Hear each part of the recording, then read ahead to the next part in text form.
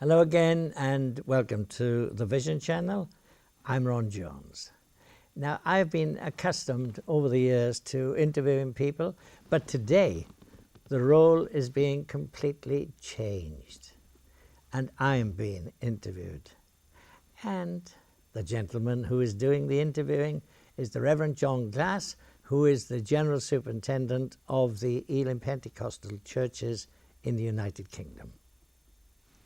Ron, it's great to speak to you today and conduct this interview together.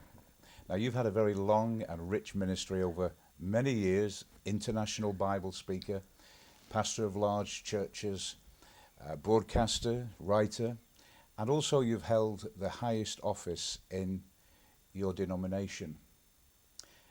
Now, let's begin at the beginning. On the 12th of July 1915, when a new baby was born into a house in Swansea, it wasn't into the most affluent of situations, was it?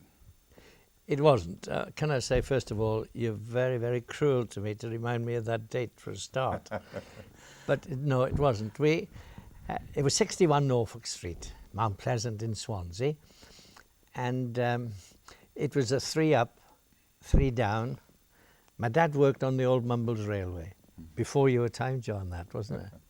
And not very well paid. My mum used to take in lodgers in order that we could make ends meet.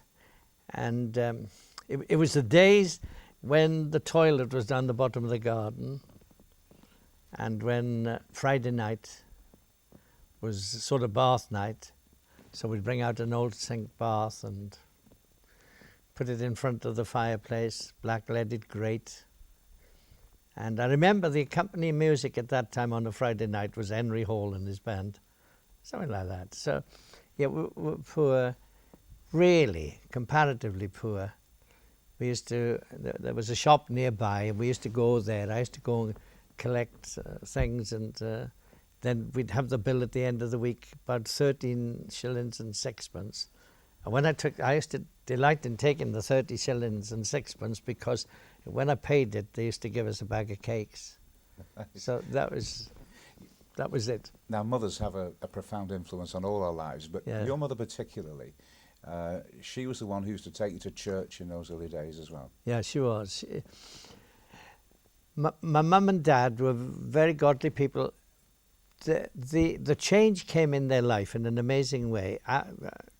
Some years after I was born, they had a real deep-rooted experience in God. I remember my dad used to smoke a pipe, and he used to get St. Julian's tobacco. It was about 11 pence an ounce or something like that. And he had a bad stroke when I was just about 8 years of age. Yeah. And one day he said to me, "I don't want you to go for it anymore." He said, I want to meet the Lord with clean lips, something like that. And he gave up smoking, just like that. Now, he had the stroke, but he passed away fairly early in your formative years. When you were a teenager, would that be right? Yeah. I was just 15 when my dad passed away.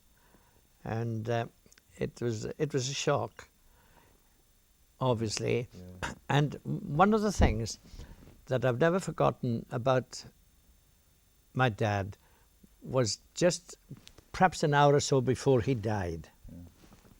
And I was standing outside the bedroom door, and I heard him pray, and he prayed something like this. He said, "God bless our Ronald, fill him with your spirit, and make him a servant of yours." Wow. And I believe that lots that has happened in my life since. You would say that was a prophetic prayer in a way. We'd call that a prophetic prayer today, wouldn't we? Yeah, we would. Yeah. But that left your mother looking after you, bringing you up on her own. Yeah. And that couldn't have been easy for her. No, it was very, very, very difficult, really. We, as I said, there were 3 up, 3 down. So she let 2 of the rooms to a married couple. And we managed to get along. She was absolutely a terrific woman, really. So you went through school. What was your first job when you left school? Well, I worked in the gasworks, Mhm. and people have reminded me since that that probably was a good start for coming into the ministry. I don't think they were very kind when they said that, but nevertheless. And my salary was 10 and sixpence. I started off as the postboy. I used to have to go to the general post office every morning and collect the mail and bring it back. And then I proceeded to telephone operator. And it wasn't days like it is now. You had all different things that you plugged into different holes to put them through to different departments. And more than once, I got the plug in the wrong hole. I wouldn't have done for you a secretary, John. So you worked there for a while. While Yeah. this was going on, who was, apart from your mother, who was having a spiritual influence on your life? Were there those who were encouraging you and Yes. seeing something in you as a young man? Well, I was brought up in the Central Hall in Swansea, Would that be Methodist? Methodist. Yeah. And the minister there was a fellow called Reverend Watkin Williams. And he was absolutely terrific to me. And he encouraged me no end, and I became secretary of the church and that sort of thing. And he gave me my very first opportunity to preach. Okay. Uh, And you were conscious of those words that your father had prayed with you before he died. Was it in your mind all the time, or did it just come to your mind when things began to change for you along the way? Yes. I can't honestly say it was in my mind all the time, but there were moments when it did Yeah. come into my mind, you know, that phrase, fill him with his spirit and Yeah. make him a servant of yours. That's amazing The- prayer yeah, and promise over your life. Yeah. So how did you move from working in the gasworks to eventually going to Bible college? Well, the problem was that I was facing was that it was just Mum and me. Yeah. And but I felt somehow or other God calling me to the ministry. And they were offering me promotion in the gasworks into the showrooms. And I had to go in on the Monday and give my answer as to whether I would accept the promotion that was being offered. But on the same day, I had to decide whether I was going to take it or whether I would go to Bible college. And I remember the Sunday night, after Mum had gone to bed, I knelt down, chair just by that fireplace, and prayed. And I'm sure you would understand, John, if I say I prayed sort of desperately. Really, I really did. And nothing became very, very clear. And suddenly I just did something. It was about 2 o'clock in the morning. I just did something that frequently I have advised other people that they ought not to do. I just let my Bible fall open.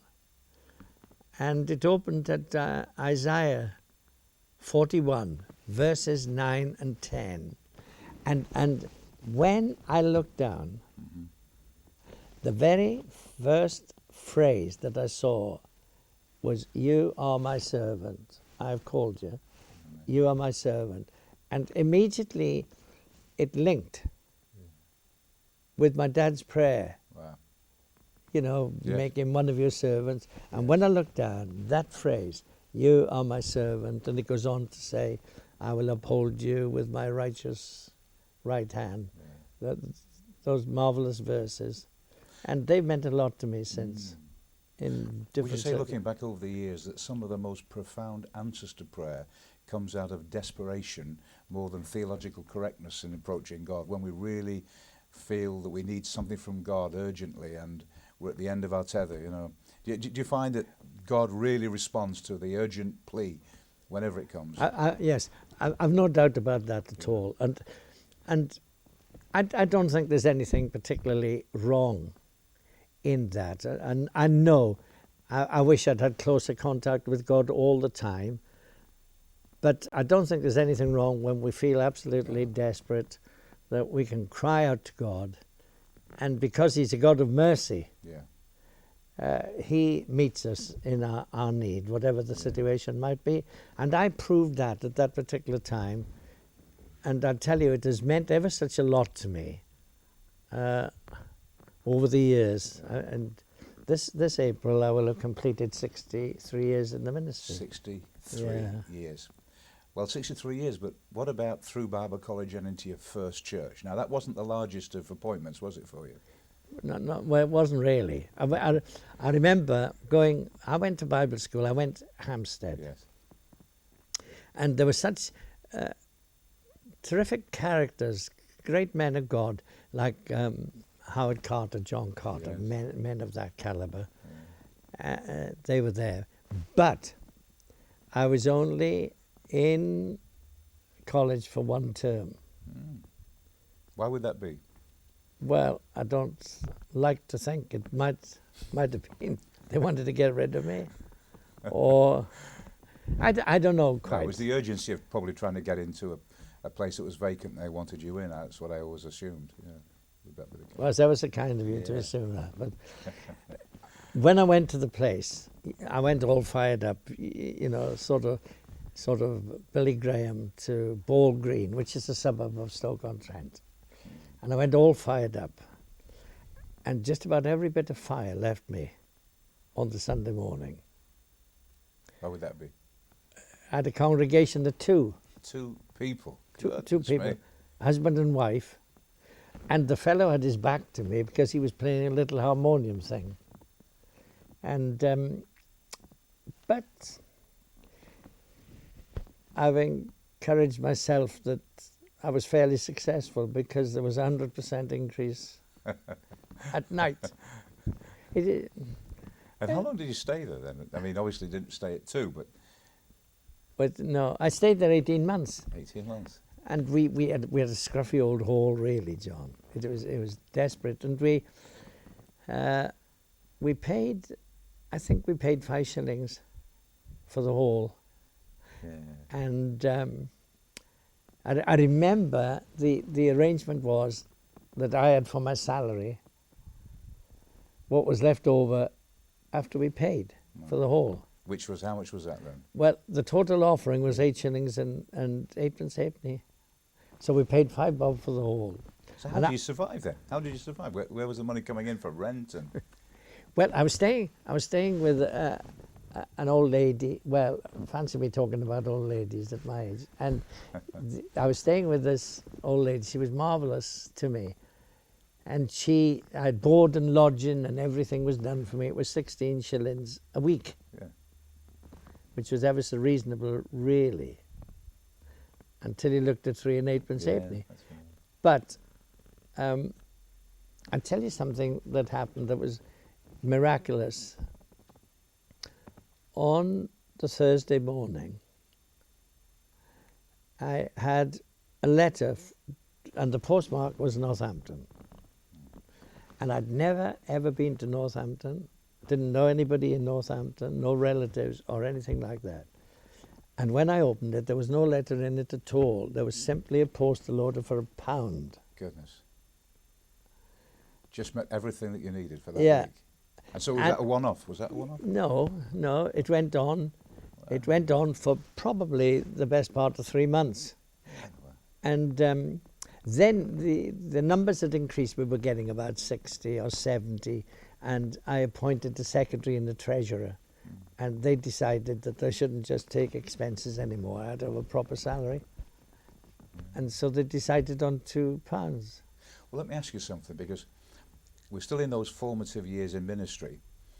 You've been, over the years, an inspiration and a mentor to many people, young men and women growing up and going on to do things for God.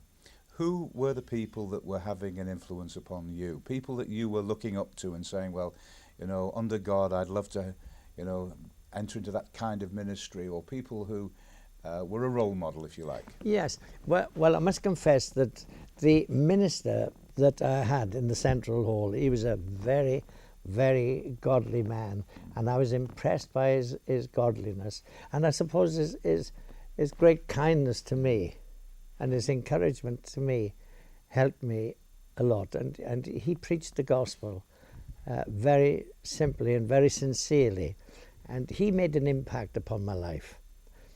And then there was a fellow called Arthur Boston. He's still a minister of a church. He's about 90 years of age now.